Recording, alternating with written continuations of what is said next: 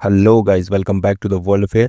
आज हम इस वीडियो में बात करेंगे पूरे 40 साल तक भारत का कोई भी प्रधानमंत्री न्यूजीलैंड क्यों नहीं गया। क्या दोनों देशों के रिश्ते खराब थे? क्या न्यूजीलैंड इंडिया के लिए इम्पोर्टेंट नहीं था, या फिर इसके पीछे कोई बड़ी जियोपॉलिटिकल स्ट्रेटजी छुपी हुई थी? और आखिर 2026 में ऐसा क्या बदल गया कि प्राइम मिनिस्टर नरेंद्र मोदी ने इस 40 साल पुरानी डिप्लोमेटिक साइलेंस को तोड़ दिया? दोस्तों, मैंने इस पूरे इशू को समझाने के लिए सिर्फ न्यूज़ हेडलाइंस नहीं देखी हैं, बल्कि मैंने मिनिस्ट्री ऑफ एक्सटर्नल अफेयर के official statements, press information bureau के रिलीजेस, इंडिया न्यूजीलैंड जॉइंट स्टेटमेंट और इंटरनेशनल रिपोर्ट्स को कंपेयर किया है। और जो पिक्चर सामने आई है वो सिर्फ एक फॉरेन विजिट की कहानी नहीं है, बल्कि बदलते हुए ग्लोबल पावर बैलेंस की कहानी है। साथियों, नरेंद्र मोदी से पहले किसी भारतीय प्रधानमंत्री ने न्यूजीलैंड का बायलेटरल विजिट कभी किया तो वो थे राजीव गांधी। बात है 1986 की। लेकिन उनके बाद लगभग 40 साल तक किसी भी इंडियन प्राइम मिनिस्टर ने न्यूजीलैंड का ऑफिशियल बायलेटरल विजिट नहीं किया। लेकिन इसका मतलब ये बिल्कुल भी नहीं था कि दोनों देशों के रिलेशंस कभी खत्म हो गए थे। फॉरेन मिनिस्टर मिलते रहे, ट्रेड डेलीगेशंस आती जाती रही, क्रिकेट और एजुकेशन के रिलेशंस भी ऑलमोस्ट चलते रहे। न्यूजीलैंड के प्राइम मिनिस्टर भी इंडिया आए, लेकिन मिसिंग अगर कोई चीज़ थी तो वो था इंडियन प्राइम मिनिस्टर का न्यूजीलैंड में विजिट। आज जब प्रधानमंत्री मोदी का लगभग 4 डिकेड के बाद पहला बायलेटरल विजिट न्यूजीलैंड में हुआ तो बहुत सारे लोगों ने सोशल मीडिया पे एक नैरेटिव चलाने की कोशिश की कि इंडिया और न्यूजीलैंड के रिलेशन कभी ठीक थे ही नहीं।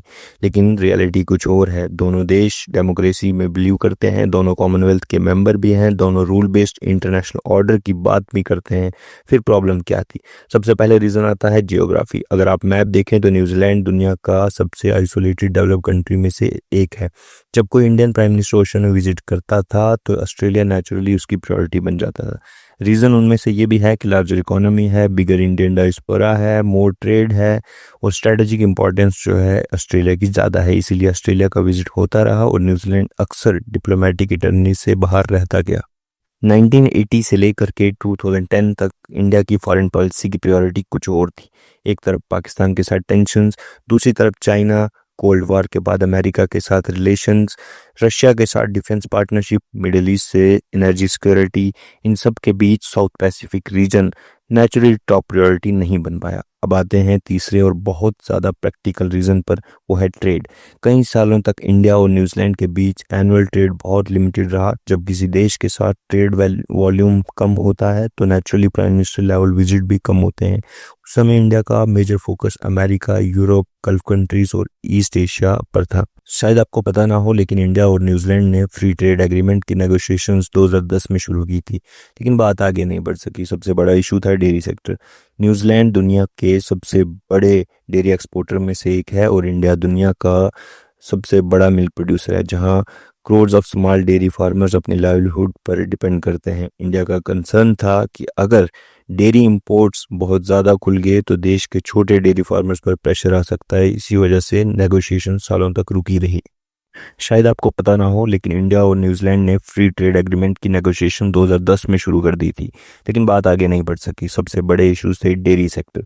न्यूजीलैंड दुनिया का सबसे बड़े डेयरी एक्सपोर्टर्स में से एक है और इंडिया दुनिया का सबसे बड़ा मिल्क प्रोड्यूसर है, जहां क्रोर्स ऑफ स्मॉल फार्मर अपने लाइवलीहुड पर डिपेंड करते हैं। इंडिया का कंसर्न था कि अगर डेयरी इंपोर्ट्स बहुत ज़्यादा खुल गए तो देश के छोटे डेयरी फार्मर्स पर प्रेशर आ सकता है।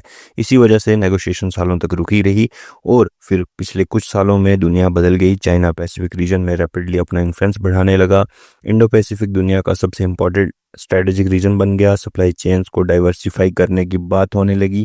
ट्रस्टेड पार्टनर्स को इम्पोर्टेंस मिलने लगी और इसी बीच इंडिया की ग्लोबल डिप्लोमेसी भी एक नए फेज में एंटर हो गई। अब न्यूजीलैंड सिर्फ एक ब्यूटीफुल टूरिस्ट डेस्टिनेशन नहीं रहा, बल्कि इंडो पैसिफिक स्ट्रेटेजी का एक इम्पॉर्टेंट डेमोक्रेटिक पार्टनर बन गया है। लेकिन असली कहानी अब शुरू होती है, क्योंकि प्रधानमंत्री के इस हिस्टोरिक विजिट में आखिर कौन कौन से एग्रीमेंट साइन हुए हैं, क्या सच में इंडिया और न्यूजीलैंड स्ट्रेटेजिक पार्टनर बन गए हैं, ट्रेड कितना बढ़ेगा, डिफेंस में क्या कॉपरेशन होगा, और क्या ये विजिट इंडिया का इंडो पैसिफिक विजन को और मजबूत करेगा। तो पार्ट 2 में हम ऑफिशियल जॉइंट स्टेटमेंट और गवर्नमेंट डॉक्यूमेंट्स के बेसिस पर हर एग्रीमेंट को सिंपल लैंग्वेज में डिकोड करेंगे। कहीं मत जाइएगा। तो सवाल ये है कि अगर 40 साल तक कोई भी प्रधानमंत्री भारत देश से न्यूजीलैंड नहीं गया तो आखिर 2026 के इस विजिट में ऐसा क्या हुआ जो दोनों देशों ने हिस्टोरिक कहा। तो बात करते हैं सबसे बड़ी अनाउंसमेंट की। तो इन सबसे बड़ी अनाउंसमेंट ये रही कि भारत और न्यूजीलैंड ने अपने रिलेशंस को ऑफिशियली स्ट्रैटेजिक पार्टनरशिप का स्टेटस दे दिया है। ये सिर्फ एक डिप्लोमेटिक फ्रेज नहीं है, इसका मतलब है कि अब दोनों देश सिर्फ ट्रेड या एजुकेशन तक सीमित नहीं रहेंगे, बल्कि defence, maritime security, critical technology, Indo Pacific stability, innovation और हाई लेवल पॉलिटिकल डायलॉग में भी साथ काम करेंगे। तो साथियों, इस विजिट के दौरान दोनों देशों ने एक रोड मैप टू 2030 लॉन्च किया है। इस रोड मैप का ऑब्जेक्टिव है कि अगले कुछ सालों में कॉपरेशन को सिर्फ डॉक्यूमेंट्स तक नहीं बल्कि ग्राउंड लेवल पर प्रोजेक्ट किया जाएगा। रोड मैप की बात करें तो उसमें ट्रेड एक्सपेंशन की बात हुई है, investment, defence cooperation, digital technology, artificial intelligence, clean energy, education, innovation और एग्रीकल्चर। अब बात करते हैं इंडिया और न्यूजीलैंड के बीच जो ये ट्रेड हुआ है, ये दोनों इकोनॉमीज़ के साइज़ के हिसाब से काफ़ी नहीं है, लेकिन इसीलिए दोनों गवर्नमेंट्स ने टारगेट रखा है कि 2030 तक बायलेटरल ट्रेड को लगभग 35,000 करोड़ तक ले जाया जाएगा। इसका सीधा फायदा इंडियन एक्सपोर्टर्स को मिल सकता है। इस विजिट का बहुत इंपॉर्टेंट एंगल डिफेंस कॉपरेशन भी है। ऑफिशियल अनाउंसमेंट के मुताबिक अगर हम देखें तो दोनों देशों के maritime security, military exchanges, strategic dialogue और इंडो पैसिफिक कोऑर्डिनेशन को और मजबूती मिलेगी। इसका मतलब ये नहीं है कि कोई मिलिट्री अलायंस बन जाएगी, लेकिन इंडियन ओशन से पैसिफिक ओशन तक डेमोक्रेटिक कंट्रीज के बीच एक कोऑर्डिनेशन बढ़ता दिखाई देगा। न्यूजीलैंड डेयरी टेक्नोलॉजी और प्रिसीजन एग्रीकल्चर में दुनिया के लीडिंग कंट्रीज में से एक है। इस विजिट के दौरान एग्रीकल्चर, हॉर्टिकल्चर, डेयरिंग और कीवी फ्रूट कल्टीवेशन में कॉपरेशन बढ़ाने पर भी एग्रीमेंट हुआ है। अगर टेक्नोलॉजी शेयरिंग और रिसर्च कोलैबोरेशन इफेक्टिवली इंप्लीमेंट होती है तो डेफिनेटली इंडियन फार्मर्स को भी इसका लॉन्ग टर्म तक बेनिफिट मिल सकता है। मेरे हिसाब से पिछले कुछ सालों में इंडिया की फॉरेन पॉलिसी का फोकस सिर्फ नेबर्स तक सीमित नहीं रहा है, चाहे वो मिडिल ईस्ट की बात हो, यूरोप हो, अफ्रीका हो, पैसिफिक रीजन हो या फिर इंडो पैसिफिक।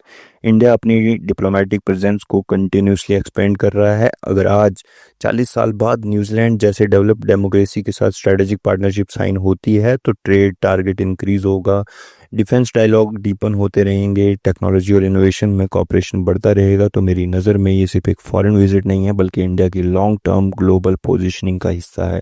आने वाले सालों में इन एग्रीमेंट्स का असली इम्पैक्ट इम्प्लीमेंटेशन पर डिपेंड करेगा। अगर road map to 2030 effectively execute होता है तो इस पार्टनरशिप से ट्रेड, टेक्नोलॉजी, एजुकेशन और इंडो पैसिफिक कॉपरेशन के नए अपॉर्चुनिटीज़ खुल सकती हैं। तो ये थी आज की हमारी वीडियो। आई होप आपको ये वीडियो पसंद आई होगी। अगर वीडियो अच्छी लगी तो शेयर करें, चैनल को सब्सक्राइब करें। Thank you so much for watching world affair.